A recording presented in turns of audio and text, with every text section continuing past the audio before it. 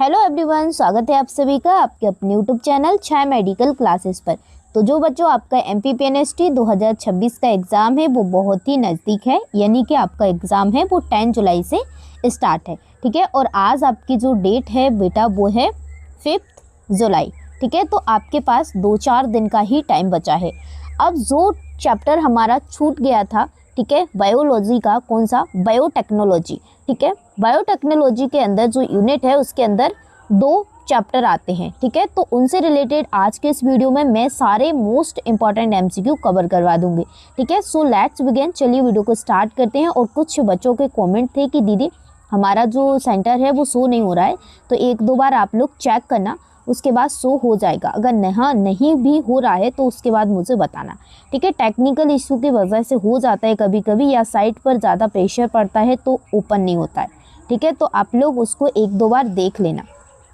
ठीक है, तो चलिए अब स्टार्ट करते हैं। चलिए फर्स्ट क्वेश्चन है कि जैव प्रौद्योगिकी यानी बायोटेक्नोलॉजी क्या है। What is biotechnology. ठीक है, तो देखिए बायोटेक्नोलॉजी क्या होती है।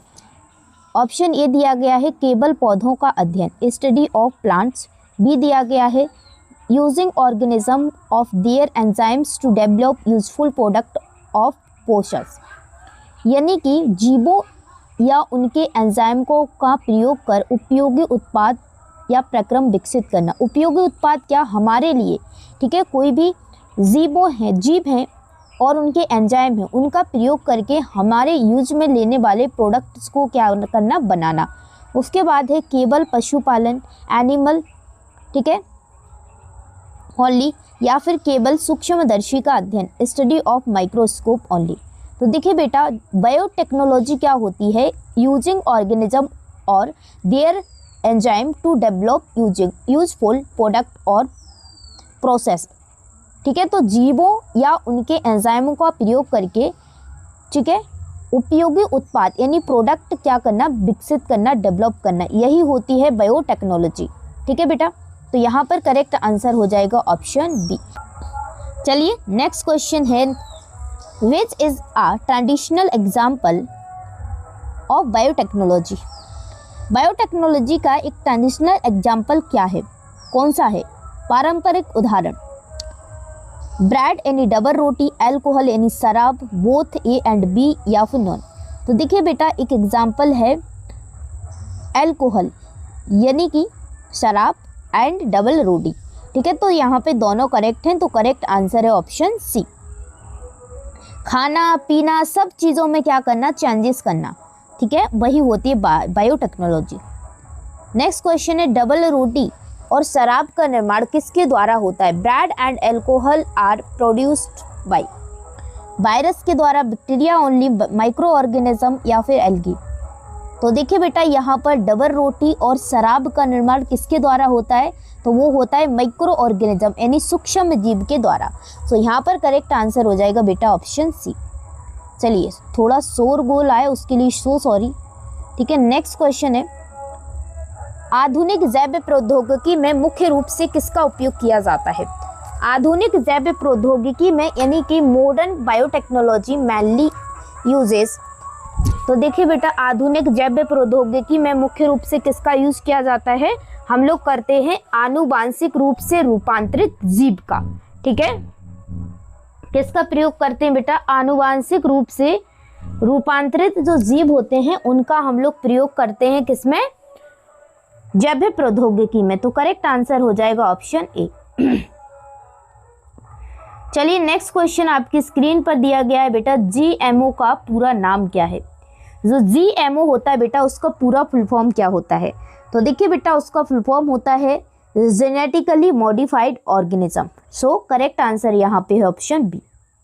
ठीक है बेटा, देखिए बेटा कुछ इश्यूज़ की वजह से, जैसा कि मैंने बताया था, मेरी फैमिली प्रॉब्लम, पापा मम्मी का दोनों का ऑपरेशन, इस वजह से बेटा मैं मतलब आपके लिए फुल टाइम नहीं दे पाई, लेकिन फिर भी मैंने कोशिश की, जितना मैं प्रोवाइड कर पाई उतना किया।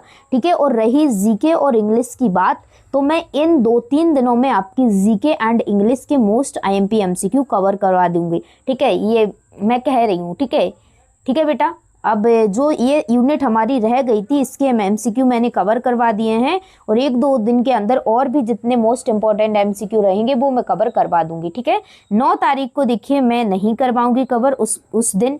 ठीक है, काफ़ी सारे बच्चों के, आप फ्रेश माइंड में रहना। ठीक है बेटा, आप ये सोचना कि हमने सारा कुछ पढ़ा है जो एग्जाम में आना है। ठीक है, इमेजिन करना। ठीक है, चलिए क्वेश्चन नंबर 6 है, निम्न में से कौन जैव प्रौद्योगिकी का आधुनिक अनुप्रयोग है? Which is a modern application of biotechnology. तो देखिए बेटा यहाँ पर कौन सा जैव प्रौद्योगिकी का आधुनिक अनुप्रयोग है? तो देखिए बेटा, टेस्ट ट्यूब बेबी हो गया, परख शिशु हो गया, DNA वैक्सीन हो गया, ठीक है, जीन थेरेपी हो गया, ये सभी ठीक है जैव प्रौद्योगिकी के आधुनिक ठीक है अनुप्रयोग हैं। ठीक है, एप्लीकेशन है। तो यहाँ पर करेक्ट आंसर है ऑप्शन डी। तो ये सभी बायोटेक्नोलॉजी ही तो है बेटा। परखनली शिशु यानी कि टेस्ट ट्यूब बेबी किस तकनीक से बनाया जाता है? तो देखिए बेटा, जो टेस्ट ट्यूब बेबी है वो किस तकनीक से बनाया जाता है, तो याद रख लेना। तो देखिए बच्चों, सॉरी, एक फ़ोन आ गया था बीच में। ठीक है, ऐसे ही था। तो चलिए क्या बता रही थी मैं कि परखनली शिशु यानी टेस्ट ट्यूब बेबी किस तकनीक से बनाया जाता है? ठीक है, तो देखिए बेटा, ये बनाया जाता है इन विट्रो फर्टिलाइजेशन IVF द्वारा। ठीक है, क्या IVF पहले स्पर्म एंड ओवम को फर्टिलाइज्ड कराते हैं, उसके बाद माँ के गर्भ में उसके रख देते हैं। ठीक है, तो ये होता है टेस्ट ट्यूब बेबी। ठीक है बेटा, तो यहाँ पर करेक्ट आंसर हो जाएगा ऑप्शन ए। डन, चलिए आगे बढ़ते हैं। नेक्स्ट क्वेश्चन है, DNA वैक्सीन किसका भाग है? DNA vaccine is a part of biotechnology का, जैव प्रौद्योगिकी का, इकोलॉजी पारिस्थिति का, टेक्सोनॉमी वर्गीकी का, या एवोल्यूशन विकासवाद का। तो देखिए बेटा, जो DNA वैक्सीन है वो किसका भाग है? वो है बायोटेक्नोलॉजी का। ठीक है, सो करेक्ट ऑप्शन हो जाएगा ए। नेक्स्ट क्वेश्चन है, यूरोपीय जैव प्रौद्योगिकी संघ EFB का पूरा नाम क्या है? EFB stands for. तो देखिए बेटा, यूरोपीय जैव प्रौद्योगिकी संघ का पूरा नाम होता है यूरोपियन फेडरेशन ऑफ बायोटेक्नोलॉजी। क्या होता है? European federation of biotechnology. So correct answer है ऑप्शन ए। चलिए नेक्स्ट क्वेश्चन है, यूरोपियन फेडरेशन बायोटेक्नोलॉजी के अनुसार जैव प्रौद्योगिकी में किसका संयोजन किया जाता है? According to EFB, biotechnology involves integration of natural science प्राकृतिक विज्ञान, organism cells and molecular analogous जीव कोशिकाएं एवं आणविक अनुरूप, न्यू प्रोडक्ट्स एंड सर्विसेज नए उत्पाद एवं सेवाएं, ऑल ऑफ द एबव उपयुक्त में से सभी। तो देखिए बेटा, क्या किया जाता है? तो इसमें से नेचुरल साइंस को भी किया जाता है, organism cell and molecular analogous, ठीक है, उसके बाद न्यू प्रोडक्ट एंड सर्विसेज, तो सभी को क्या किया जाता है? इन्वॉल्व किया जाता है। सो करेक्ट आंसर हो जाएगा ऑप्शन डी। डन, चलिए आगे बढ़ते हैं। तो देखिए, अब आपको याद रखना है एक ट्रिक, जो मैं ट्रिक बता रही हूँ बेटा, ठीक है ना। सो चलिए देखिए, आपको याद रखना है जिप्ट। क्या याद रखना है बेटा? जिप्ट याद रखना है। जी से GMO, स्क्रीनशॉट ले लेना, जेनेटिकली मॉडिफाइड ऑर्गेनिज्म। उसके बाद I से IVF, टेस्ट ट्यूब बेबी, ठीक है, जिससे किया जाता है इन विट्रो फर्टिलाइजेशन के थ्रू। F से याद रखना है फर्मेंटेशन, ब्रेड एंड एल्कोहल से होता है, ठीक है। DNA टेक्नोलॉजी, DNA वैक्सीन, ठीक है, याद रख लेना। डन, तो जिप्ट होता है ये, ठीक है। चलिए उसके बाद चलिए नेक्स्ट टॉपिक है प्रिंसिपल ऑफ बायोटेक्नोलॉजी। इससे रिलेटेड हम लोग MCQ कवर करने वाले हैं। तो चलिए उसी चैप्टर के हैं, वो तो चैप्टर MCQ हैं टॉपिक वाइज। तो चलिए, आधुनिक जैव प्रौद्योगिकी यानी मॉडर्न बायोटेक्नोलॉजी का विकास मुख्यतः कितनी प्रमुख तकनीकों पर आधारित है? Modern biotechnology in mainly based on how many major technique. तो देखिए बेटा, ये आधारित है, ये डिपेंड है कितनी पर? तो याद रख लेना बेटा, 2 पर। कितनी पर है बेटा? 2 पर। सो यहाँ पर करेक्ट ऑप्शन हो जाएगा ऑप्शन बी 2, ठीक है। चलिए नेक्स्ट क्वेश्चन है, आधुनिक जैव प्रौद्योगिकी की 2 प्रमुख तकनीकें कौन सी हैं? Which are the 2 major technique of modern biotechnology. तो कौन कौन सी हैं वो आपको बताना है। ऑप्शन ए है genetic engineer and bio process engineering. Option B है वर्गिकी एवं पारिस्थितिकी यानी टैक्सोनॉमी एंड इकोलॉजी। सी है शरीर क्रिया विज्ञान एवं शरीर रचना फिजियोलॉजी एंड एनाटॉमी। डी है कोशिका विज्ञान एवं भ्रूण विज्ञान साइटोलॉजी एंड एम्ब्रियोलॉजी।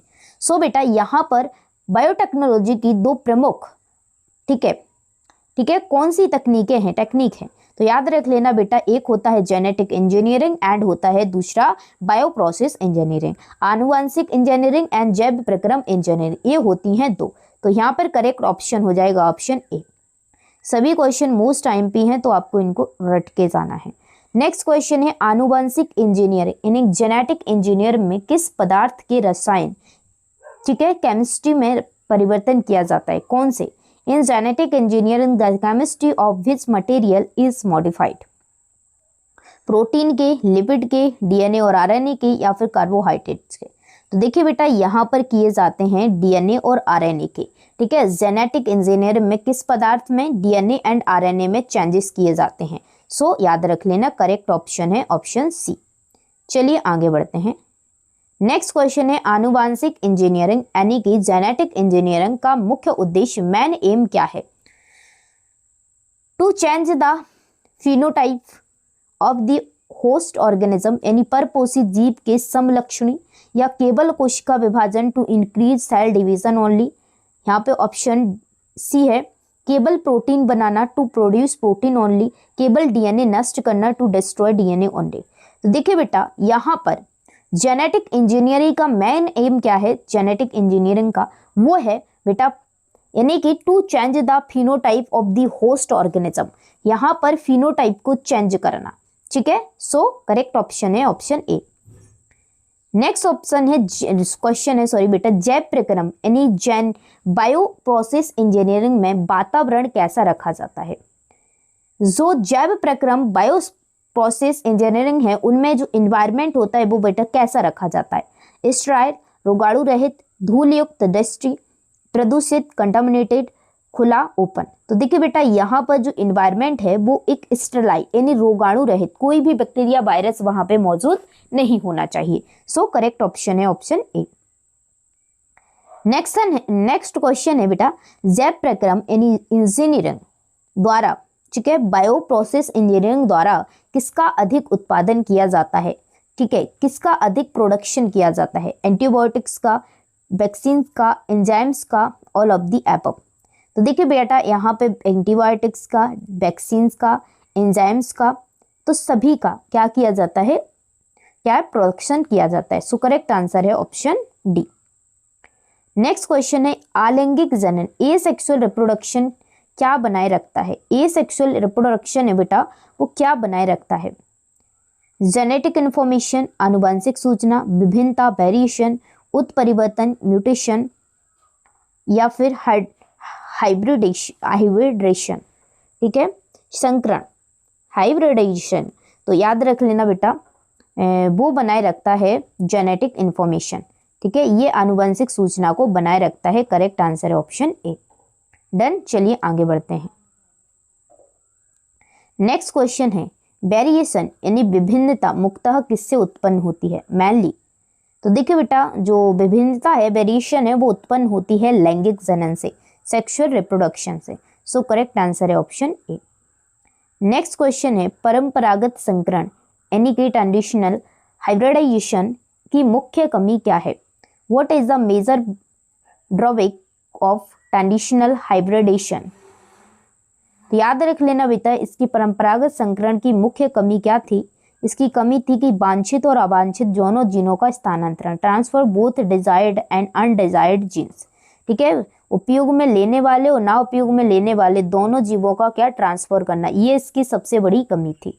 ठीक है, चलिए क्वेश्चन नंबर 10 है पुनर्उगज डीएनए यानी रिकम्बिनेंट डीएनए बनाने के लिए किसका उपयोग किया जाता है? Recombinant DNA is produce using. तो देखिए बेटा डीएनए रिकम्बिनेंट डीएनए होता है, उसको बनाने के लिए हम लोग जीन क्लोनिंग एवं जीन स्थानांतरण ठीक है इसका क्या करते हैं? प्रयोग करते हैं। सो यहाँ पर करेक्ट ऑप्शन है आपका ऑप्शन नंबर ए। ठीक है, करेक्ट ऑप्शन है ए। चलिए नेक्स्ट क्वेश्चन है पुनर्युगज यानी डीएनए तकनीक का सबसे बड़ा भाग क्या है? The biggest advantage of recombinant DNA technology. तो देखिए बेटा, इसका सबसे बड़ा लाभ, लाभ है, सॉरी बेटा, लाभ, भाग नहीं पूछा, लाभ पूछा, सो सॉरी बेटा, लाभ, बिगेस्ट एडवांटेज, ठीक है, यहाँ पे पढ़ा तो मैंने समझ में आई इंग्लिश में, ठीक है, लाभ है बेटा, लाभ, एडवांटेज। तो देखिए बेटा, यहाँ पे लाभ है इसका, केवल वांछित जीन का स्थानांतरण, transfer of only desired gene, ठीक है, जो जरूरत है उन्हीं जीन को ट्रांसफर करना। तो देखिए क्वेश्चन नंबर 12 है, डीएनए यानी अली डीएनए वंशागत कब होता है, ठीक है, इनहेरिटेड कब होता है। तो याद रख लेना बेटा, ये होता है जीनोम में जुड़ जाता है जब, ठीक है, in integrates into the host genome. So correct answer है ऑप्शन ए। चलिए आगे बढ़ते हैं, ओरिजिन ऑफ ठीक है, रेप्लिकेशन क्या है, ओरिजिन ऑफ रेप्लिकेशन, ORI क्या है, what is the origin of replication. देखिए बेटा, ये होता है, ठीक है, क्या होता है, डीएनए का वह विशिष्ट अनुक्रम जहां से प्रतिकृति शुरू होती है, a specific DNA sequence where replication begin, जहां से जो रेप्लिकेशन शुरू होता है, ठीक है, वही भाग है ORI, जिसे हम ओराई बोलते हैं, ओरिजिन ऑफ रेप्लिकेशन, ठीक है बेटा, करेक्ट आंसर है ऑप्शन ए। नेक्स्ट क्वेश्चन है, किसी विजातीय डीएनए के गुणन यानी क्लोनिंग के लिए क्या आवश्यक है, क्लोनिंग करना है अगर तो क्या आवश्यक है, ORI, cell wall, lysosome, centriole. तो याद रख लेना, उसके लिए आवश्यक है ORI, ठीक है, जहां से शुरू होता है, ठीक है। नेक्स्ट क्वेश्चन है, प्लाज्मिड क्या है, प्लाज्मिड क्या है। तो देखिए बेटा, प्लाज्मिड क्या होते हैं, एक गोलाकार गुणसूत्री बाह्य डीएनए जो स्वयं प्रतिकृति करता है, एक circular extra chromosomal DNA capable of self replication, जो स्वयं भी रेप्लिकेशन कर सकता है, ठीक है, एक गोलाकार सर्कुलर होता है। डन। चलिए अब यहाँ पर जीबी रोप आपको याद रखना है, GP rope trick, genetic engineering, ठीक है, bioprocess engineering, recombinant DNA, origin of replication and plasmid, इन तीनों के बारे में आपको याद रखना है, ठीक है, 4-5 के बारे में, 5 चीजें जिनसे रिलेटेड मैंने एमसीक्यू ऊपर कवर करवा दिए हैं। चलिए अब आगे नेक्स्ट टॉपिक से एमसीक्यू है, प्रथम पुनर्योगज डीएनए, फर्स्ट रिकॉम्बिनेंट डीएनए का निर्माण किसने किया था, ठीक है। तो देखिए बेटा, फर्स्ट जो रिकॉम्बिनेंट डीएनए है उसका डेवलप किया था स्टैनले कोहेन और हर्बर्ट बोअर ने, ठीक है। सो करेक्ट ऑप्शन है यहाँ पे बेटा ऑप्शन बी। चलिए नेक्स्ट क्वेश्चन है, स्टैनले कोहेन और हर्बर्ट बोअर ने प्रथम पुनर्योगज डीएनए का निर्माण किस वर्ष किया। तो in which year did Stanley Cohen and Herbert Boyer develop the first recombinant DNA. तो देखिए बेटा, स्टैनले कोहेन और हर्बर्ट बोअर ने प्रथम पुनर्योगज डीएनए का निर्माण किस वर्ष किया था। तो याद रख लेना 1972 को किया था। सो करेक्ट आंसर है ऑप्शन सी। चलिए आगे बढ़ते हैं। नेक्स्ट क्वेश्चन है, प्रतिबंधन एंजाइम, ठीक है, प्रतिबंधन एंजाइम यानी कि रेस्ट्रिक्शन, ठीक है, रेस्ट्रिक्शन एंजाइम, ठीक है, को क्या कहा जाता है। जो बेटा रेस्ट्रिक्शन एंजाइम है उसको हम क्या कहते हैं। तो याद रखना, उसको हम कहते हैं मॉलिक्यूलर ग्लू, आणविक गोंद, ठीक है। तो करेक्ट आंसर है आणविक गोंद, तो यहाँ पे ऑप्शन बी। चलिए नेक्स्ट क्वेश्चन है, प्रतिबंधन एंजाइम यानी कि रेस्ट्रिक्शन, ठीक है, रेस्ट्रिक्शन एंजाइम का कार्य क्या है। What is the function of restriction enzyme. तो देखिए इसका काम होता है, इसका नाम ही होता है रेस्ट्रिक्ट करना। तो डीएनए को विशिष्ट स्थानों पर क्या होता है, काट देता है, ठीक है, कट डीएनए स्पेसिफिक साइट से। डन। चलिए नेक्स्ट क्वेश्चन है, डीएनए कटे हुए भागों को जोड़ने वाला एंजाइम कौन सा है। मोस्ट इंपॉर्टेंट एंजाइम है, याद रख लेना, डीएनए लाइगेस। जो डीएनए को काट देता है वो ये उनको जोड़ने का काम करता है। चलिए नेक्स्ट क्वेश्चन है, डीएनए लाइगेस का मुख्य काम क्या है। तो देखिए बेटा, डीएनए लाइगेस का मुख्य काम, मेन फंक्शन होता है डीएनए के कटों सड़ों को जोड़ना। सो करेक्ट ऑप्शन है बी। चलिए नेक्स्ट क्वेश्चन है, पुनर्योगज डीएनए तकनीक में प्लाज्मिड किस रूप में काम करता है। In recombinant DNA technology plasmid acts as. तो देखिए बेटा, पुनर्योगज डीएनए तकनीक में प्लाज्मिड किस रूप में कार्य करता है, वेक्टर यानी कैरियर, वाहक के रूप में। सो करेक्ट ऑप्शन है बी। चलिए नेक्स्ट क्वेश्चन है, प्लाज्मिड का मुख्य कार्य क्या है। What is the main function of a plasmid? तो देखिए बेटा, प्लाज्मिड का मुख्य काम होता है विजातीय डीएनए को परपोषी तक पहुंचाना, विजातीय डीएनए को परपोषी तक पहुंचाना। सो यहाँ पर करेक्ट ऑप्शन है transfer foreign DNA into the host. Option A is correct answer. चलिए नेक्स्ट क्वेश्चन है, पुनर्योगज डीएनए को किस जीवाणु में स्थानांतरित किया था? Recommended DNA was transferred into which bacterium? तो देखिए ये किया था, ठीक है, इस्चेरिया कोलाई, इस्चेरिया कोलाई। करेक्ट ऑप्शन है बी। चलिए नेक्स्ट क्वेश्चन है, ई कोलाई में पुनर्योगज डीएनए की प्रतिकृति किस एंजाइम द्वारा बनती है? In E coli recombinant DNA replicates using which enzyme? तो देखिए बेटा, इसकी जो प्रतिकृति बनती है वो डीएनए पॉलीमरेज द्वारा बनती है। सो करेक्ट ऑप्शन है ए। नेक्स्ट क्वेश्चन है, ई कोलाई में प्रतिजैविक प्रतिरोधी जीन की अनेक प्रतियां बनने की प्रक्रिया क्या कहलाती है? The production of multiple copies of an antibiotic resistance gene in E coli is called? तो देखिए बेटा, वो कहलाती है जीन क्लोनिंग। क्या कहलाती है बेटा? Gene cloning. सो करेक्ट ऑप्शन है ए। चलिए आगे बढ़ते हैं। अगर चैनल पर नए हैं, चैनल को जरूर से सब्सक्राइब कर लेना और बेल आइकन को प्रेस कर लेना, ठीक है। इसमें आज मैं पूरी यूनिट ख़त्म कर दूंगी आप लोगों की, ठीक है। और जितने दिन बचे हैं और मैं मोस्ट इंपॉर्टेंट क्वेश्चन लाती रहूँगी। नेक्स्ट क्वेश्चन है, जीव के आनुवांशिक रूपांतरण यानी जेनेटिक मॉडिफिकेशन का पहला चरण क्या है? What is the first step in genetic modification? तो याद रख लेना, इसका पहला चरण है वांछित जीन युक्त डीएनए की पहचान, ठीक है। Identification of DNA containing the desired gene, ठीक है। करेक्ट ऑप्शन है ए। चलिए, आनुवांशिक रूपांतरण का दूसरा चरण क्या है? What is the second step of genetic modification? तो देखिए बेटा, इसका सेकेंड स्टेप होता है चिन्हित डीएनए का परपोषी में स्थानांतरण, transfer of identified DNA into the host. तो देखिए बेटा, चिन्हित डीएनए का परपोषी में स्थानांतरण, यही इसका दूसरा चरण होता है। सो करेक्ट आंसर है ऑप्शन बी। चलिए नेक्स्ट क्वेश्चन है, आनुवांशिक रूपांतरण का अंतिम चरण क्या है? आनुवांशिक रूपांतरण का बेटा जो अंतिम चरण होता है, what is the final step of genetic modification?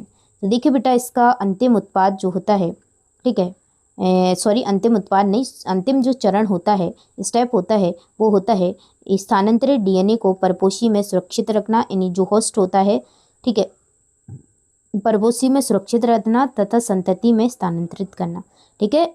Integration and inheritance of transferred DNA. Correct option है ए। चलिए, ट्रिक रखना है SCBRLVP, ठीक है। तो ये स्क्रीनशॉट ले लीजिएगा, ठीक है। चलिए आगे बढ़ते हैं, आगे बढ़ेंगे हम लोग। चलिए यहाँ पर स्लाइड नंबर 5 थी, अब स्लाइड नंबर 6 आएगी। 6 में कुछ है। चलिए 6 नंबर स्लाइड में देखते हैं। यहाँ पर है पुनर्योगज डीएनए तकनीक के साधन से रिलेटेड MCQ, ठीक है। तो चलिए फर्स्ट क्वेश्चन है, जो प्रतिबंधन एंजाइम है उससे रिलेटेड है। प्रतिबंधन एंडोन्यूक्लियेज की खोज किस वर्ष हुई? तो देखिए बेटा, इसकी खोज हुई थी 1963 को। सो करेक्ट आंसर हो जाएगा ऑप्शन बी। चलिए नेक्स्ट क्वेश्चन है, पहला प्रतिबंधन एंडोन्यूक्लियेज कौन था? Which was the first restriction endonuclease? तो याद रख लेना बेटा, वो था हिंड सेकंड। करेक्ट ऑप्शन है बी।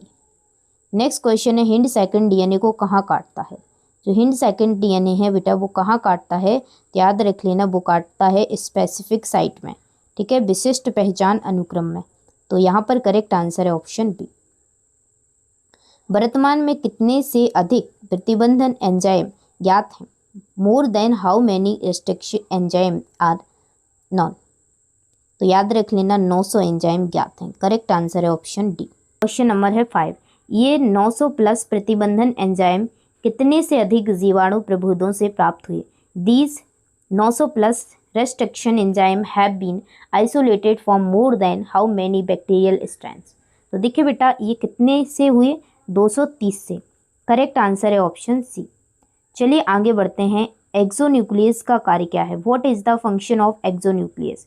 तो देखिए बेटा, इसका कार्य होता है ऑप्शन ए, यानी कि डीएनए के सिरों से न्यूक्लियोटाइड हटाना, ठीक है, remove nucleotides from DNA ends. ठीक है, इसका काम होता है एक्सोन्यूक्लियस का।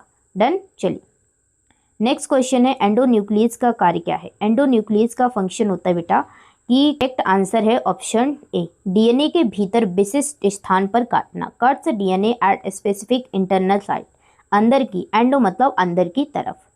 चलिए नेक्स्ट क्वेश्चन है इको आरआई किस अनुक्रम को पहचानता है। तो देखिए बेटा जो इको आरआई है, ठीक है, इको आरआई है वो रिकॉग्नाइज विच सीक्वेंस। तो याद रख लेना GATTC। ठीक है, तो करेक्ट आंसर है ऑप्शन बी, याद रख लेना इस क्रम को। डीएनए में पैलिंड्रोम क्या होता है, व्हाट इज डीएनए पैलिंड्रोम। तो देखिए बेटा ये पैलिंड्रोम क्या होता है, ठीक है, ये होता है ऐसा अनुक्रम जो दोनों दिशाओं में समान पढ़ा जाए। ठीक है, दोनों दिशाओं में समान पढ़ा जाए उसे हम पैलिंड्रोम कहते हैं। सो करेक्ट आंसर है ऑप्शन ए। देखिए बेटा अब मैं इतना डिटेल से नहीं समझा सकती क्योंकि आपके लिए सिर्फ प्रैक्टिस के लिए टाइम है, अब इतना समझाने के लिए टाइम नहीं है, तो मैं इसलिए कुछ ज़्यादा समझा नहीं रही हूँ। डायरेक्टली क्वेश्चन आ जाएंगे कुछ। तो रेस्ट्रिक्शन एंजाइम द्वारा बनने वाले सिरों को क्या कहते हैं। The ends produced by restriction enzyme are called.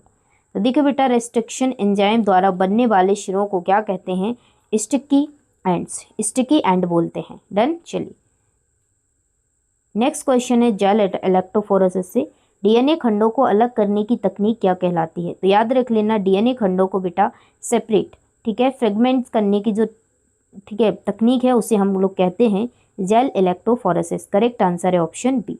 Done. चलिए आगे बढ़ते हैं। नेक्स्ट क्वेश्चन है, ठीक है, एगारोज किससे प्राप्त होता है। तो याद रख लेना बेटा जो एगारोज है वो प्राप्त होता है समुद्री शैवाल से, ठीक है, सीवीड से। चलिए नेक्स्ट क्वेश्चन है जेल इलेक्ट्रोफोरेसिस में छोटे डीएनए खंड क्या करते हैं। तो छोटे डीएनए खंड होते हैं जेल इलेक्ट्रोफोरेसिस के अंदर जो स्मॉल डीएनए फ्रेगमेंट्स होते हैं वो करते हैं अधिक दूरी तय करते हैं, ट्रैवल फर्दर, अधिक दूरी तय करते हैं। डन। चलिए डीएनए को देखने के लिए किस रसायन का उपयोग किया जाता है। Which chemical is used to visualise DNA. तो देखिए उसे देखने के लिए हम लोग बेटा इथिडियम ब्रोमाइड का यूज़ करते हैं, मोस्ट इंपॉर्टेंट है, याद रखना। नेक्स्ट क्वेश्चन है इथिडियम ब्रोमाइड से रंगे डीएनए को किस प्रकाश में देखा जाता है। Ethidium bromide stained DNA is absorbed under. ठीक है, तो उसे हम देखते हैं बेटा किस प्रकाश में, अल्ट्रावायलेट, यूवी लाइट में। सो करेक्ट ऑप्शन है सी। नेक्स्ट क्वेश्चन है एगारोज जेल से डीएनए निकालने की प्रक्रिया क्या कहलाती है। Removal of DNA from agarose gel is called. तो देखिए बेटा उसे हम लोग कहते हैं इल्यूशन। डन। चलिए क्लोनिंग वेक्टर का सबसे समान उदाहरण कौन सा है। The most common cloning vector is, तो याद रख लेना वो है प्लाज्मिड। नेक्स्ट क्वेश्चन है ORI ओरिजिन ऑफ रेप्लिकेशन का कार्य क्या है। तो देखिए बेटा इसका कार्य बताया था मैंने कि प्रतिकृति प्रारंभ करना, यानी कि यहीं से शुरुआत होती है। ठीक है, चलिए नेक्स्ट क्वेश्चन है PBR 322 में AMP जीन किसके लिए होता है। तो देखिए बेटा PBR 322 में AMP जीन किसके लिए होता है, तो वो होता है एम्पीसिलिन। डन। चलिए नेक्स्ट क्वेश्चन है PBR 322 में टैट जीन किसके लिए होता है। तो याद रख लेना PBR 322 में टैट जीन किसके लिए होता है, वो होता है टेट्रासाइक्लिन। डन। चलिए आगे बढ़ते हैं। नेक्स्ट क्वेश्चन है इंसर्शनल इनएक्टिवेशन किस एंजाइम के जीन को निष्क्रिय करती है। तो याद रख लेना वो करती है, ठीक है, बीटा ग्लैक्टोसाइडस। तो करेक्ट आंसर है यहाँ पे ऑप्शन बी। डन। चलिए आगे बढ़ते हैं। नेक्स्ट क्वेश्चन है रिकम्बिनेंट कॉलोनी का, ठीक है, रंग कैसा होता है। रिकम्बिनेंट कॉलोनीज आर, तो याद रख लेना उसका रंग होता है वाइट, सफ़ेद रंगहीन। नेक्स्ट क्वेश्चन है नॉन रिकम्बिनेंट कॉलोनी का रंग कैसा होता है। तो याद रख लेना उनका रंग होता है ब्लू, ठीक है, ब्लू होता है। नेक्स्ट क्वेश्चन है पौधों में सबसे अधिक प्रयुक्त क्लोनिंग वेक्टर कौन है। Which is the most commonly used cloning vector in plants. याद रख लेना वो है TI प्लाज्मिड ऑफ एग्रोबैक्टीरियम ट्यूमोफेंस। ठीक है, तो करेक्ट आंसर है ऑप्शन ए।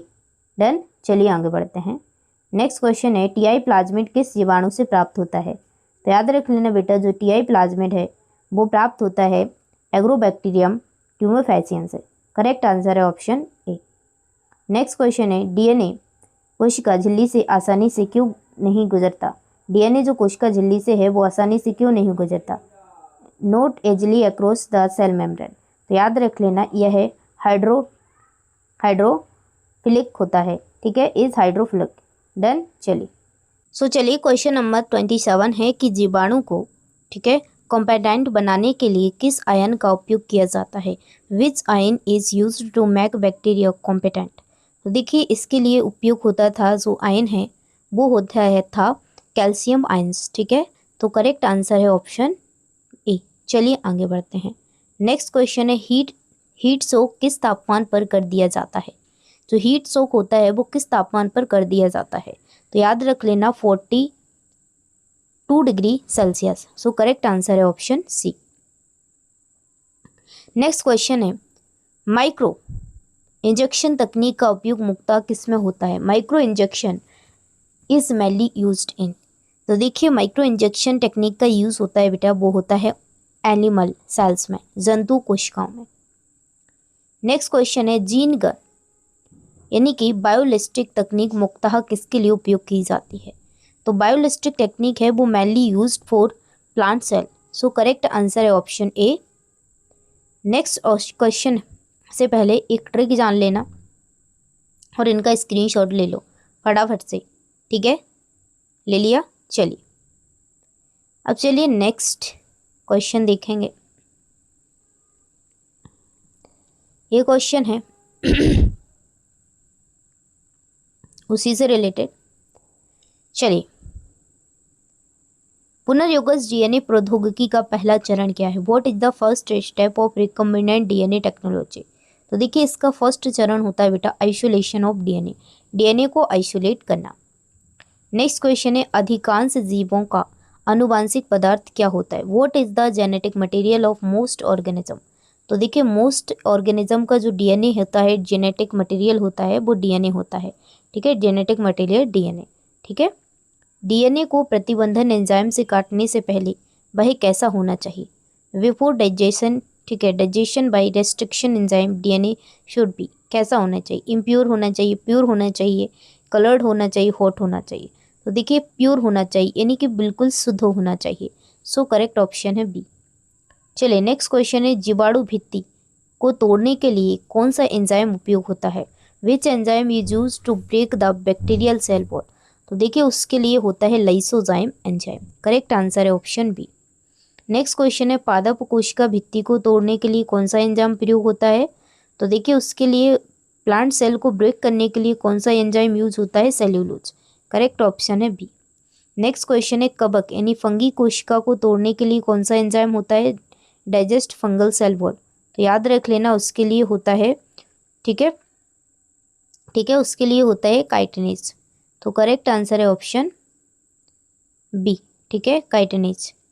चलिए आगे बढ़ते हैं। नेक्स्ट क्वेश्चन है आरएनए को हटाने के लिए कौन सा एंजाइम प्रयोग किया जाता है। तो देखिए आरएनए को हटाने के लिए, ठीक है, हम कौन सा एंजाइम प्रयोग करते हैं, तो उसके लिए हम करते हैं आरएनएज, ठीक है, आरएनएज राइबोन्यूक्लियस। डन। चलिए नेक्स्ट क्वेश्चन है प्रोटीन को हटाने के लिए कौन सा एंजाइम प्रयोग करते हैं।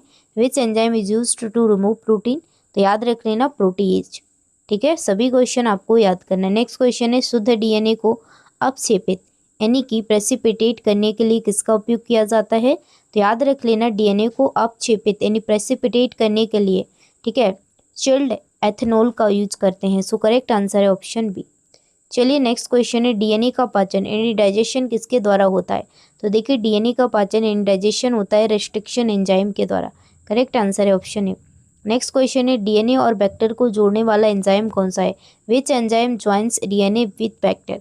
तो याद रख लेना डीएनए लाइकेज। नेक्स्ट क्वेश्चन है पीसीआर से रिलेटेड यानी कि पीसीआर का पूरा नाम क्या है। पीसीआर फुल फॉर्म याद रख लेना पॉलीमरेज चेन रिएक्शन। सो करेक्ट आंसर है ऑप्शन ए।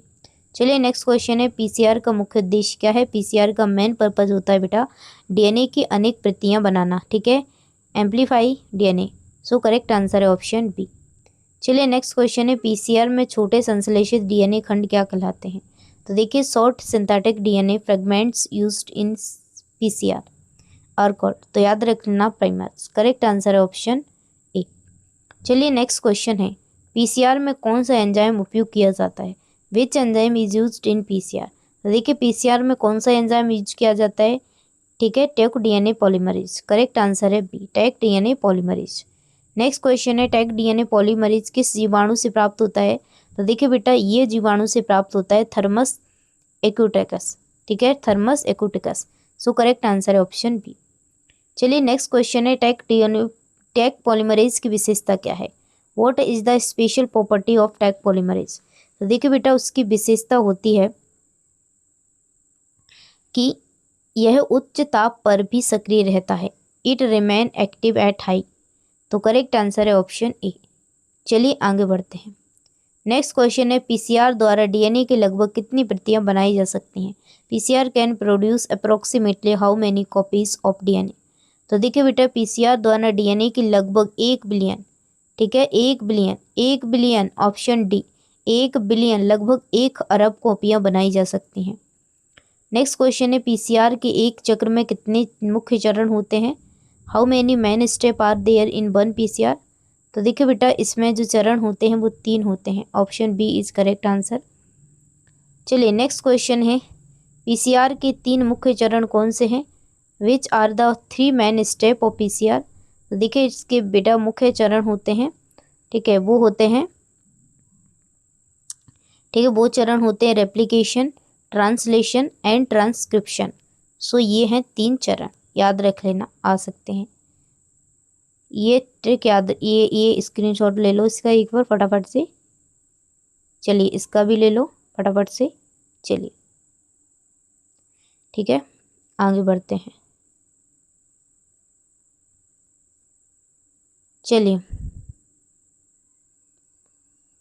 नेक्स्ट क्वेश्चन है, पुनर्योगज डीएनए को परपोषी कोशिकाओं में प्रवेश कराने की प्रक्रिया क्या कहलाती है? The process of introducing recombinant DNA into a host cell is called. तो देखिए उसे हम लोग कहते हैं ट्रांसफॉर्मेशन। सो करेक्ट आंसर है ऑप्शन ए। चलिए आगे बढ़ते हैं। नेक्स्ट क्वेश्चन है, यदि पुनर्योगज डीएनए को एक कोलाई में स्थानांतरित किया जाए तो कोशिकाएं किस में बदल जाती हैं? When recombinant DNA is transferred into E coli the sales become. तो देखिए बेटा तो वो सेल्स चेंज हो जाती हैं एंटीबायोटिक रेसिस्टेंट सेल में। ठीक है, सो करेक्ट आंसर है ऑप्शन ए, जैविक प्रतिरोधी कोशिकाएं। नेक्स्ट क्वेश्चन है, एम्पीसिलिन युक्त अगार प्लेट पर कौन सी कोशिकाएं जीवित रहती हैं? Which cells survive on an ampicillin containing agar plate? तो याद रख लेना उसमें रहती हैं बेटा रूपांतरित कोशिकाएं, ट्रांसफॉर्म्ड सेल। करेक्ट आंसर है ऑप्शन ए। अगर मैं हर एक क्वेश्चन को डिटेल में समझाने बैठ जाऊंगी बेटा तो आपके एमसीक्यू कवर नहीं हो पाएंगे। ठीक है, मैं कोशिश कर रही हूँ कि इतने समय में जितने आप एमसीक्यू रिवाइज कर जाओ उतने ही सही, क्या पता डायरेक्ट आ जाएं।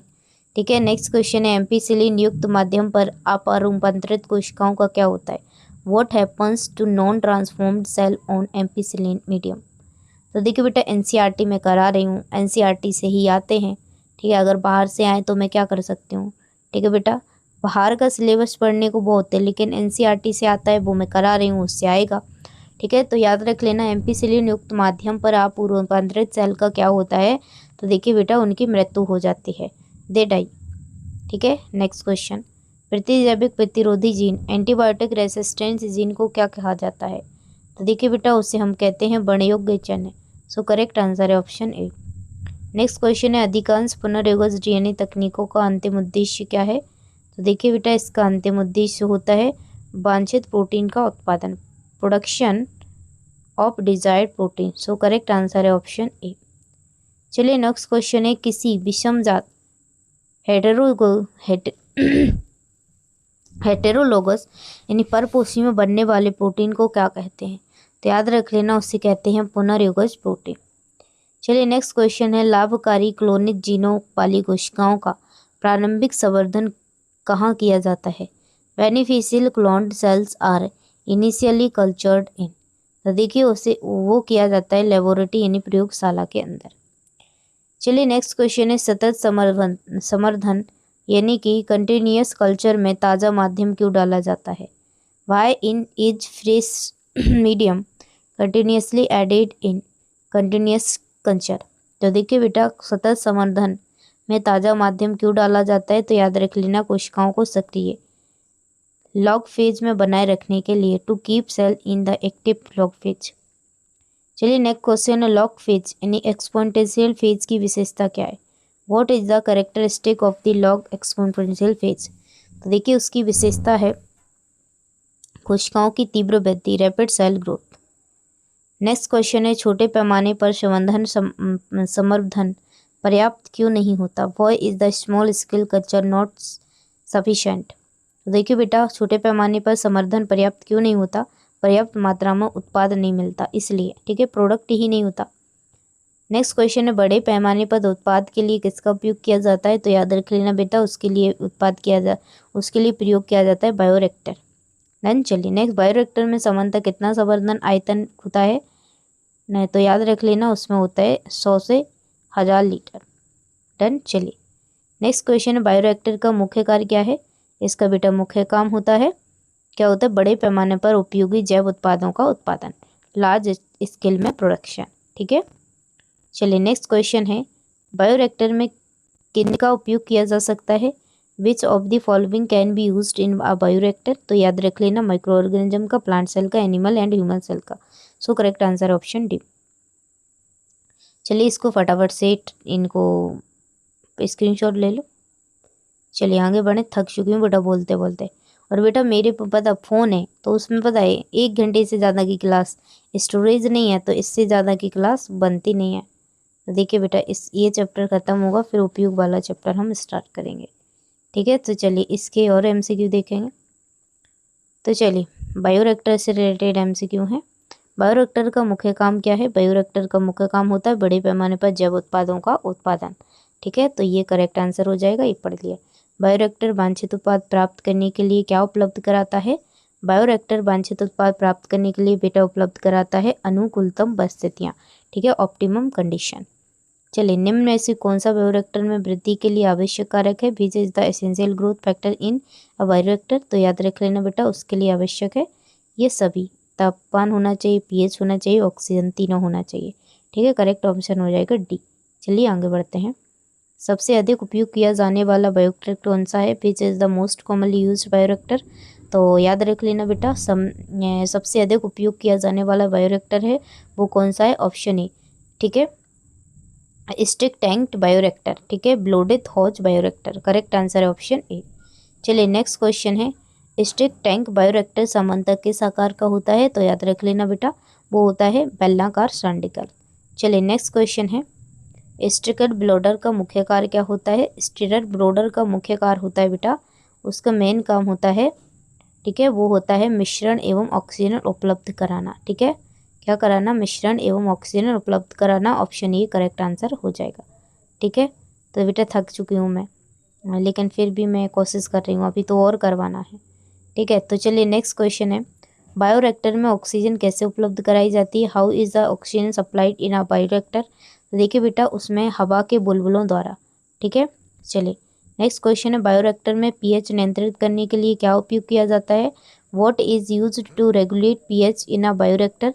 तो देखिए बेटा उसको pH को नियंत्रित करने के लिए हम लोग एसिड एंड एल्काली, ठीक है, अम्ल एवं क्षार उपयोग करते हैं, ठीक है। चलिए नेक्स्ट बायोरिएक्टर में झाग नियंत्रित करने के लिए कौन सा तंत्र होता है। Which system controls form in a bioreactor. तो देखिए बेटा उसके लिए होता है फॉर्म कंट्रोल सिस्टम, ठीक है, झाग नियंत्रण तंत्र। तो करेक्ट आंसर है ऑप्शन ए। चलिए नेक्स्ट क्वेश्चन है बायोरिएक्टर में तापमान नियंत्रित करने के लिए कौन सा तंत्र होता है। Which system regulate temperature in a bioreactor. तो याद रख लेना तापक्रम नियंत्रण तंत्र, temperature control system. Next question है बायोरिएक्टर में समय समय पर संवर्धन का नमूना किसके द्वारा निकाला जाता है। तो देखिए बेटा through which part is culture sampled, ठीक है, पीरियोडिकली किसके द्वारा निकाला जाता है। तो याद रख लेना बेटा सैम्पलिंग पोर्ट के द्वारा, प्रतिचयन परिद्वार के द्वारा। चलिए नेक्स्ट क्वेश्चन है स्टिर्ड टैंक बायोरिएक्टर में आधार घुमावदार कर्व्ड बॉटम क्यों होता है। तो देखिए बेटा इसलिए होता है ताकि बेहतर मिश्रण के लिए, ठीक है, मिक्सिंग के लिए। नेक्स्ट क्वेश्चन है बायोरिएक्टर में ऑक्सीजन स्थानांतरण, ऑक्सीजन ट्रांसफर बढ़ाने के लिए क्या उपयोग किया जाता है। ऑक्सीजन न्यूक्लियर ट्रांसफ़र के लिए किया जाता है एयर बबल्स का उपयोग। नेक्स्ट क्वेश्चन है बायोरिएक्टर में निम्न में से कौन सा नियंत्रण तंत्र नहीं होता? तो याद रख लेना, उसमें जो कंट्रोल सिस्टम नहीं होता वो नहीं होता डाइजेस्टिव सिस्टम, ठीक है। ये सारे होते हैं बट डाइजेस्टिव नहीं होता, ठीक है। ये नेक्स्ट क्वेश्चन है बायोरिएक्टर में निम्न में से कौन सा उत्पादन किया जा सकता है? Which of the following can be produced in a bioreactor? तो याद रख लेना बेटा, एंजाइम, एंटीबायोटिक, वैक्सीन सभी। चलिए नेक्स्ट क्वेश्चन है, ये टिक क्वेश्चन नहीं है, ये टिक जल्दी से कर लो, ठीक है। तो चलिए बेटा, अब ये सारे क्वेश्चन कवर हो गए, अब उपयोग वाले चैप्टर से कवर करेंगे, ठीक है। तो चलिए, और अगर चैनल पर नए हैं एक प्यारा सा कमेंट और सब्सक्राइब जरूर कर लेना। चलिए अब एग्रीकल्चर एप्लीकेशन यानी कृषि में जैव प्रौद्योगिकी के उपयोग से करेंगे। चलिए फर्स्ट क्वेश्चन है जैव प्रौद्योगिकी का मुख्य उपयोग किस क्षेत्र में होता है? Biotechnology is mainly used in.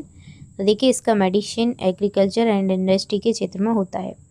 चलिए नेक्स्ट क्वेश्चन है जैव प्रौद्योगिकी के 3 प्रमुख अनुसंधान क्षेत्रों में कौन सा शामिल नहीं है? तो देखिए बेटा कौन सा शामिल नहीं है इसमें पूछा है, नहीं पूछा है। तो देखिए बेस्ट कैटालिस्टिक प्रोडक्शन, सर्वोत्तम परिस्थितियों का निर्माण, ऑप्टिमम कंडीशन, अनुप्रवाह प्रक्रमण, downstream processing, in study of plants, इनका नहीं है, ठीक है। प्लैनेट्स, प्लांट्स नहीं प्लैनेट्स, ग्रहों का अध्ययन, सो तीनों हैं बट ये नहीं है, नहीं पूछा था, डी आंसर हो जाएगा, नहीं, याद रखना नहीं पूछा था, ठीक है बेटा। चलिए आगे बढ़ते हैं। नेक्स्ट क्वेश्चन क्या पूछा? खाद्य उत्पादन बढ़ाने के लिए 3 प्रमुख तकनीक कौन से हैं? तो देखिए बेटा खाद्य उत्पादन बढ़ाने के लिए 3 प्रमुख तकनीक है, कृषि, रसायन, कार्बनिक कृषि और जीएम फसलें, तीनों। डन, करेक्ट आंसर है ऑप्शन ए। नेक्स्ट क्वेश्चन है ऊतक संवर्धन यानी टिश्यू कल्चर क्या है? What is the tissue culture? तो देखिए बेटा टिश्यू कल्चर क्या होता है? एक कृषि माध्यम में पौधों का विकास, growing plants tissue in artificial रूप से, ठीक है। चलिए नेक्स्ट क्वेश्चन है पूर्ण सतर्कता यानी टोटोपोटेंसी का अर्थ क्या है? तो देखिए बेटा पूर्ण सतर्कता टोटोपोटेंसी का अर्थ होता है एक कोशिका से पूरा पौधा बनाना, सिंगल सेल से पूरा पौधा डेवलप करना, ठीक है। डन। चलिए नेक्स्ट क्वेश्चन है ऊतक संवर्धन द्वारा हजारों पौधे बनाने की विधि क्या कहलाती है? हजारों पौधों को जो हम बनाते हैं, ठीक है, ऊतक संवर्धन द्वारा, तो उसे हम कहते हैं सूक्ष्म प्रदर्शन, माइक्रो प्रोपगेशन, ठीक है, micro population. Done, correct answer है ऑप्शन ए। मूल पौधों के समान अनुवांशिक पौधे क्या कहलाते हैं? मूल पौधों के समान जेनेटिकल आइडेंटिकल प्लांट्स, तो उन्हें हम कहते हैं सोमा क्लोन। डन। चलिए नेक्स्ट क्वेश्चन है रोग मुक्त पौधे प्राप्त करने के लिए किस भाग का उपयोग किया जाता है? Virus free plants are produce from, उसके लिए हम लोग विभाज्योतक यानी मेरिस्टेम का, ठीक है। चलिए नेक्स्ट क्वेश्चन है प्रोटोप्लास्ट क्या होता है? What is protoplast? तो देखिए बेटा ये होता है कोशिका भित्ति रहित कोशिका, उसे प्रोटोप्लास्ट को बोलते हैं, कोशिका भित्ति रहित कोशिका, ठीक है बेटा। चलिए नेक्स्ट क्वेश्चन है दो विभिन्न, ठीक है, प्रोटोप्लास्ट के संलयन, ठीक है, संलयन को क्या कहते हैं? Fusion two different protoplast is called, उसे हम लोग कहते हैं कायिक संकरण यानी सोमेटिक हाइब्रिडाइजेशन। डन। चलिए next question tomato plus plant potato संकरण से क्या बनता है? Fusion of tomato and potato produced, उससे बनता है बेटा पोमेटो, ठीक है। जीएमओ का पूरा नाम क्या है? तो याद रख लेना बेटा जीएमओ का पूरा नाम होता है जेनेटिकल मॉडिफाइड ऑर्गेनिज्म। चलिए चलिए चलिए नेक्स्ट क्वेश्चन है गोल्डन राइस किससे संबंध है? देखिए बेटा गोल्डन राइस विटामिन ए से संबंधित है, समृद्ध है। बीटी का पूरा नाम क्या है? बीटी का पूरा नाम होता है बैसिलस थ्रंजेनेसिस। डन। चलिए बीटी फसलों का मुख्य लाभ क्या है? बीटी फसलों का मुख्य लाभ होता है कीटनाशकों का कम उपयोग, यहाँ पे कीटनाशकों का कम उपयोग। बीटी किस रूप में बनता है? तो बीटी बनता है निष्क्रिय प्रोटेक्शन के रूप में, प्रोटोक्सिन के, ठीक है, इनएक्टिव ठीक है, प्रोटोक्सिन के रूप में बनता है। बीटी विष सक्रिय कहाँ होता है? तो ये होता है कीट की छारी आंत में, एल्कलाइन गट इंसेक्ट्स की, ठीक है। नेक्स्ट क्वेश्चन है क्राइजीन किसके लिए उत्तरदायी है? तो देखिए बेटा क्राइजीन है वो बीटी टॉक्सिन प्रोटीन के लिए उत्तरदायी है। नेक्स्ट क्वेश्चन है क्राइजीन, ठीक है, क्राई ए सी और क्राई 2 ए बी किससे के नियंत्रित करते हैं, किसे नियंत्रित करते हैं? तो देखिए बेटा ये नियंत्रित करते हैं कॉटन बॉलवर्म को, कपास का मुकुल कृमि है उसको नियंत्रित करते हैं, याद रख लेना मोस्ट टाइम पे है। आरएनए इंटरफेरेंस, ठीक है। RNAi का उपयोग किसके नियंत्रण में किया जाता है? RNA is use to control, तो याद रख लेना वो कहता है, ठीक है, मेलोडोगन, ठीक है, इन कौन सा root knot nematode. So correct answer है ऑप्शन ए। वही फांसी रह गई मेरी, ठीक है। तो चलिए आपके लिए इतना कर सकती हूँ, बस आप एक प्यारा सा कमेंट कर देना, ठीक है। चलिए इसका स्क्रीनशॉट लो फटाफट से। चलिए आगे बढ़ती हूँ। चलिए इन सारे क्वेश्चनों को बेटा आप लोग रट लेना, बड़ी शिद्दत से, बड़ी मेहनत से आपके लिए करवाई हूँ, ठीक है। सो चलिए मोस्ट इम्पॉर्टेंट और क्वेश्चन कवर करवा देती हूँ, फिर इस यूनिट को फिनिश करूँगी। इतने क्वेश्चन कर लेना, डायरेक्ट आ ही जाएंगे कई क्वेश्चन। पुनर्निर्गत चिकित्सीय औषधियों का प्रमुख लाभ क्या है? Main advantage of recombinant therapeutics इस, तो ये देखिए बेटा, पुनर्निर्गत चिकित्सीय औषधियों का लाभ होता है अवांछित प्रतिरक्षात्मक प्रभाव नहीं होता, ठीक है। तो इसका अवांछित प्रतिरक्षात्मक प्रभाव नहीं होता, no unwanted immune response. Correct answer है ए। मानव इंसुलिन बनाने वाली पहली कंपनी कौन थी? फर्स्ट कंपनी, तो याद रख लेना वो थी इली लिली, डन इली लिली। सो करेक्ट आंसर है ऑप्शन ए। नेक्स्ट क्वेश्चन है, इली लिली ने मानव इंसुलिन का उत्पादन किस वर्ष किया था? तो देखिए बेटा, इली लिली ने मानव इंसुलिन का उत्पादन वो किया था, किस वर्ष किया था? 1983 को। करेक्ट आंसर है ऑप्शन ए 1983, याद रख लेना, ठीक है। यह है option A. Next question, insulin कितनी पॉलीपेप्टाइड श्रृंखलाओं से बनी है? तो याद रख लेना वो बनी है 2 पॉलीपेप्टाइड चेन से, ए एंड बी। इंसुलिन की ए एंड बी पॉलीपेप्टाइड जो चेन होती है किस बंध द्वारा जुड़ी है? तो याद रख लेना कनेक्टेड होती है डाइसल्फाइड बंध द्वारा। नेक्स्ट क्वेश्चन है, परिपक्व इंसुलिन में कौन सा पेप्टाइड नहीं होता? नॉट पूछा है मैच्योर इंसुलिन में, तो सी पेप्टाइड्स। नेक्स्ट क्वेश्चन है, जीन थेरेपी का उद्देश्य क्या है? तो देखिए बेटा, जीन थेरेपी का उद्देश्य होता है करेक्ट डिफेक्टिव जीन्स, दोषयुक्त जीन को सुधारना, ठीक है। नेक्स्ट क्वेश्चन है, पहली जीन थेरेपी किस रोग के लिए की गई थी? First gene therapy was done for, तो देखिए बेटा, first gene therapy ADA deficiency के लिए की गई थी। सो करेक्ट आंसर ऑप्शन ए। पहली जीन थेरेपी किस वर्ष की गई थी? तो याद रख लेना 1990 को, डन। चलिए नेक्स्ट क्वेश्चन है, EDA का पूरा नाम क्या है? EDA का फुल फॉर्म होता है बेटा एडिनोसिन डेमनेज, ठीक है। तो करेक्ट आंसर है ऑप्शन ए। PCR का पूरा नाम क्या है? बता दिया था, polymerase chain reaction. Next question है, HIV की प्रारंभिक पहचान के लिए कौन सी तकनीक उपयोग की गई थी? Which technique is used for easily detection of HIV? तो याद रख लेना PCR। नेक्स्ट क्वेश्चन है, एलाइजा किस सिद्धांत पर आधारित है? तो याद रख लेना बेटा, एलाइजा बेस्ड है antigen antibody interactions. Next question है, ट्रांसजेनिक जंतु क्या है? What is the transgenic animal? तो देखिए बेटा, ट्रांसजेनिक एनिमल क्या होते हैं? जिसमें बाहरी जीन जोड़ा गया हो, ठीक है। करेक्ट आंसर है ऑप्शन ए। नेक्स्ट क्वेश्चन है, सर्वाधिक ट्रांसजेनिक जंतु कौन से बनाए गए? Which be transgenic animal are most common? तो देखिए चूहा, पहली ट्रांसजेनिक गाय का नाम, तो याद रख लेना रोज। नेक्स्ट क्वेश्चन है, रोजी किस वर्ष विकसित हुई? तो याद रख लेना 1997। नेक्स्ट क्वेश्चन है, GEAC का पूरा नाम क्या है? तो याद रख लेना बेटा, GEAC का पूरा नाम होता है जेनेटिक इंजीनियर अप्रूवल कमेटी। चलिए नेक्स्ट क्वेश्चन है, बायोपेरेंसी क्या है? तो देखिए बेटा, बायोपेरेंसी होती है बिना अनुमति जैव संसाधनों का उपयोग, ठीक है, उसे हम बायोपेरेंसी बोलते हैं। नेक्स्ट क्वेश्चन, भारत से जुड़ा प्रसिद्ध बायोपेरेंसी का उदाहरण कौन सा है? तो देखिए बेटा, वो है बासमती चावल, बासमती चावल। सो करेक्ट आंसर है ऑप्शन ए, ठीक है बेटा।